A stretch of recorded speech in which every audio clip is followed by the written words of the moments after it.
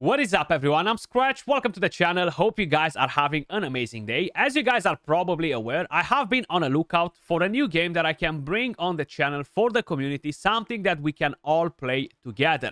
So here we are with Watcher of Realms. First, I want to say a big thank you to them for sponsoring today's video. And if you guys want to get involved, if you want to try out the game, you can download it by using the link in the description down below or in the pinned comment. Now, what exactly is Watcher of Realms? It's a high fantasy RPG tower defense game. You've heard that right. It's a tower defense game, which makes it very, very unique.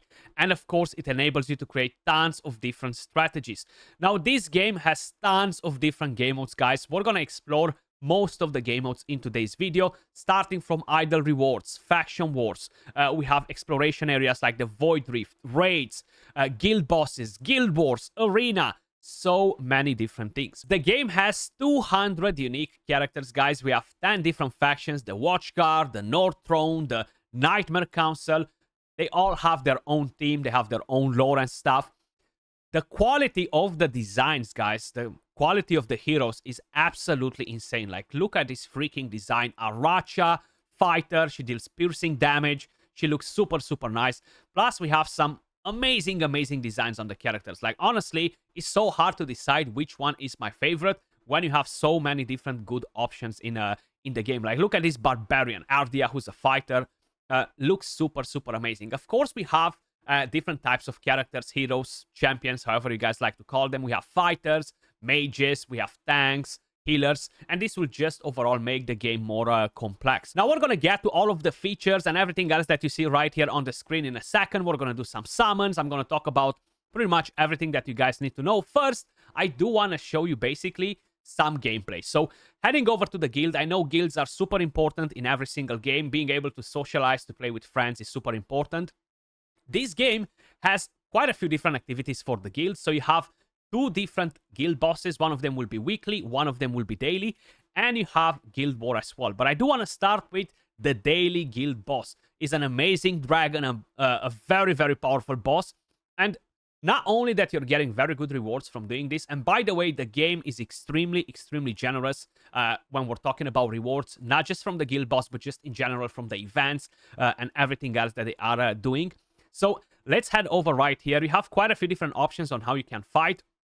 Auto fight, you have the regular fight, which you are going to manual. Once you are defeating some of the stages, you're going to be able to just go in and do auto fight, which is actually pretty nice. It does save you a bit of time. But for the sake of the video, we're going to go in with a manual fight. So as you may notice, we have tons of different characters available. Now, when you are kind of like building your team, you got to make sure that you're bringing in the right characters, the right damage dealers, tanks, support, etc. You will require to bring in a leader for each one of the teams, which will overall enhance your stats, give you an aura. What I do like about the game is that you can request an assist unit from one of your clanmates, as an example. So if you're struggling with any of the bosses, one of your clanmates can actually assist you in the battle. Let me just quickly show you exactly how the whole thing is going to work. Look at the boss. Looks freaking amazing, right? Everybody loves dragons. Everybody loves dragons. So I'm going to leave the animations just so you guys can actually see them. As I mentioned, this is a tower defense game. Now, when you are fighting the boss, it's going to look a bit different. We can deploy 8 characters in here, guys. So I'm going to show you exactly how you do it. You deploy some on the actual front line. Then you can deploy some of them only on tiles. And you do got to make sure that you are bringing in the right team, support, etc. As I mentioned before. This boss will go on a rampage mode in 4 minutes and 20 seconds. Now, what we need to do in here, guys, is basically to stagger the boss. We're going to stun the boss, which will enable us to deal slightly more damage. And that's definitely pretty good. Something that we need to ensure that we are basically doing. As you guys probably may notice right here, he does have, of course, a bit of a time frame. You cannot do that forever. So it's kind of like changing in cycles, and that will just ramp up our damage. Some of the characters have auto skills. Some of them have manual skills. As you may notice right here on the left side of the screen, you need to basically activate this skill sometimes. Now, when you are going in auto mode, you don't have to worry about all this because the game will do that for your characters. But that's how the guild boss actually looks in Watcher of Realms, guys. I do think that is a pretty awesome system for the guild boss. I like how you can deploy so many different units and not just 4 or 5 units, you know, is definitely making the game more interesting. And another thing that's pretty awesome, when your characters die, for example, you're still going to be able to bring them in the fight after a specific amount of time, you know. As long as the fight is going on, you're going to be able to kind of like bring them back in. So he's been promoted now to a slightly higher phase, which of course will deal more damage, etc. So we managed to slay the dragon, guys, and the game has an amazing feature, and that's why I used it to show it to you. You can actually play test your team. So like this, you're not wasting your daily runs, and you can strategize, create a better team that will overall give you more damage, you know. So that's an amazing feature. You can of course check all of the good stuff, who dealt more damage, and then you can decide, okay, this might not be the best team, or this is the best team I can actually build, you know. Before I show you some other gameplay, guys, I want to talk a bit about the heroes and how you can actually upgrade them, equip gear, etc. So as you may notice, I have quite a few of them at max level, but let's just take as an example one that's not at max level just yet, so I can actually walk you through the process. For example, just to upgrade your character, you can do a one-tap, bang, max level, as simple as that. You're going to be able to farm these XP potions from the XP dungeons / raids, and of course, easily level up your characters. Then you will require to promote them to higher ranks, and you're going to require to farm insignias, which again, they do come from raids / dungeons. We're going to get to it in just a second. You have special insignias for each type of character, which is actually nice because it really reduces the RNG of getting random stuff that you don't really want to use at the moment. You can upgrade the gear just by doing a one tap, quick equip, bang, the game automatically picks the best gear you have available for this specific character. And then, as simple as that, you can unequip the gear if you want to. You can, of course, level up the skills on your characters. You can awaken, and then you do have artifacts as well, which again, you can just equip them by doing a quick one tap, or unequip them by clicking on the unequip button. So that's how the character menu looks like. Pretty simple to kind of like understand everything that is happening with the characters. If we're gonna head over to campaign, for example, guys, just to kind of like show you the real tower defense gameplay. So you're gonna have different chapters that you're going to have to complete. You're gonna be able to progress through them, complete different milestones, collect rewards. The game has over 100 different storylines, guys. So if you're a lore fan, you're gonna be spot on with that. So if we're going to head over, for example, to a different chapter, you can actually see the map, exactly how it looks like. So you kind of like have an idea of what exactly you need. As I mentioned before, the game has a stamina system. Most of the campaign, raids, etc. will require stamina, which will replenish over time. You're going to get tons of it from completing quests and just doing different activities in the game. This menu is already very familiar for the majority of you guys because I showed it to you before. We have our team ready to rumble.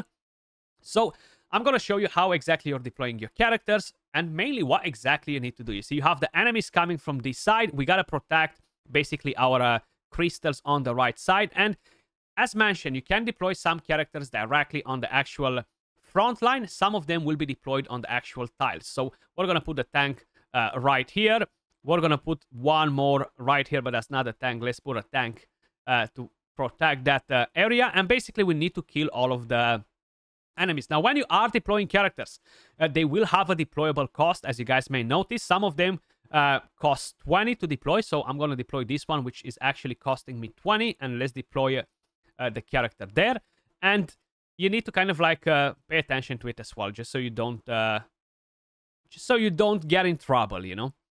And you can see the number of how many enemies you have left to kill. So we killed 8 so far. Let's deploy another character right here. So we're gonna put it behind right there. And don't forget to use your ultimate skills, guys. Very, very important, because some of them, as mentioned, they will be manual only, while some of them will work on auto, you know. So let's put another range unit right here. And slowly, you're just basically going to take the enemies down. Now, you have different game modes that are definitely way more complicated than this. But playing a tower defense-based game, guys, is definitely enabling you to create so many different strategies, right? It's completely different from the regular turn-based games. The main thing as well that's really making a massive difference is being able to deploy so many different characters. The next thing that I quickly want to cover is events summoning, and some other things. As I mentioned, the game is extremely, extremely generous with all of the things that you are receiving. So if you head over to events, as you may notice, you have a massive calendar that will allow you to plan ahead your entire week, knowing if you need to save summons, if to save stamina, etc. So that's absolutely great. Plus, the rewards that you are getting from completing some of these events are actually super nice. You're getting premium summons, you're getting characters, tons of goodies. You know, you're summoning, bang, you're getting some rewards from here as well. We do have a lucky roulette as well, which can give us some nice goodies. Let's actually roll it. Of course, the game has a gacha system, which will enable you to basically chase that dopamine that we all love in this game. So we got some auto fight chances from here. Now, when we are talking about summoning, and this might be one of everyone's favorite part, you do have increased chances to summon specific characters. As you guys may notice right here, 15x chance. You do have 2x chances, which will double your chance to summon higher rarity characters. Hero fusions, which will enable you to fuse lower rarity characters in a higher rarity and put your hand on brand new characters. Now, they are doing fusions all the time, guys. This is not something that comes once a year. It's something that is very, very common, and that's absolutely amazing because you are able to put your hand on a brand new amazing characters, you know. Let's see if we're gonna get lucky and bring in a legendary home or no. So it might look like we're getting an epic. It might look like we're getting an epic, but still, it's good. What do we have? We have Kalina, we have Imani, we have Nazim. So we got 3 different epic characters, guys. You know what? I can't help it, but I'm gonna do another 10 pulling here to see if we're gonna get lucky and maybe bring in a legendary. No, this time is a rare tax, which is fine. We're just building up that mercy slowly. The next thing that I want to show you guys is the actual tide. So this is very different from the previous ones that you've seen. It's basically like massive waves of enemies coming your way. Right here, you're gonna be able to build up your talents and just kind of like enhance your characters. And let me just quickly show you how this game mode is being played. Now, you can bring in here tons and tons of characters, guys. As you may notice right here, we have quite a few of them deployed. This is a pretty hard wave. We might not be able to beat it, but I still want to show you how this is actually being played. So we're gonna go on auto fight mode. You see you have tons and tons of enemies coming your way. You're basically gonna have to protect your ground. Don't let them break that wall, the barrier to get to your actual base. And this is a massive, massive wave. You have 162 enemies coming your way. At the raids, guys, you're gonna have all of the dungeons / raids available, which will enable you to farm promotion materials to enhance your characters. Or you're gonna be able to farm XP and gold for your characters. You know, you're gonna be able to get gear, artifacts. You have faction trials, which will basically require you to use characters from one specific faction in order to advance, complete milestone, collect different rewards. You want to 3-star it in order to basically complete these milestones, and you will have different factions opened on different days. It's definitely a pretty awesome game mode, but I do want to show you something else rather than raids. PvP. Now, they've done an amazing job at integrating the tower defense gameplay into their PvP. So let me just quickly show you exactly how this is being played. So if we're gonna head over and do a fight, hopefully we're not going to get wrecked, but it is a pretty awesome system. You can even do auto fight if you want. So let's actually do an auto fight. Let me just quickly explain you how it works, though, because it's a very interesting system. So you have these 2 bases, okay? And you're not actually going to fight the enemy and who has a better character or anything like that. So this becomes so strategic in here because you gotta deploy your units, right, in order to kill the incoming waves to protect your base. So if the enemy gets damaged, as an example, you're going to basically win the fight. So as you may notice right here, we are absolutely demolishing the opponent this time around. And it's such an amazing system because you're just not fighting a player that will overpower you just because he has stronger characters or gear, and he's absolutely killing your own characters. So I really, really like the PvP system in a Watcher of Realms, guys. Then you have kind of like a weekly event game mode. and that is the exploration. So you have the epilogue and you have the Void Rift right here. Let's actually head in and do a fight as well. So basically, you're going to explore the map. You're going to randomly pick up resources. And the whole idea is you want to just... It's kind of like climbing a tower, right? But you're exploring the map instead. You're just going to encounter different enemies, protecting goodies. You're going to go and defeat those enemies and collect the goodies. You're going to have a boss. This map actually looks pretty cool. You're going to be able to fight this on 3x speed. And auto fight, guys, absolutely game changing. I know how lazy we are and how lazy we are getting. So having auto fight is definitely thumbs up. Like this, you don't really have to do much manual control for yourself. The skills will be used on auto. The game itself will deploy the characters in the right position as well, because they have a pretty good AI. We managed to buff our characters while we are using some of the ultimates, you know. We're deploying our tanks, our range units. We have the support in position. We have pretty much everything that we need in order to defeat this boss. And as you may notice, the boss design is pretty cool as well. Some of them are actual in-game characters. Then you have tons of different mobs. The boss is basically summoning all of its armies and sending them your way. You have all sorts of different troops that you basically need to defeat. Like, for example, this one right here has a cooldown. You see the Clepsydra right here? That's how long it's going to take for that character, for that enemy boss to start attacking your troops, basically, to start attacking your actual base. So we got the Blessing of the North right here. And there you go, you see? They are actually engaging with our army right there. And just like that, victory, guys. The game has a lot of different game modes, guys, that are appealing basically to all sorts of different players. I feel like it's gonna take me a couple of hours to walk you through everything and explain you all of the different areas, raids, bosses, and stuff like this.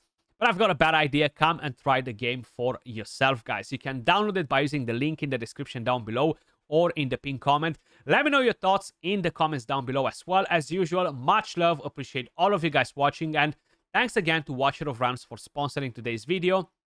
Peace.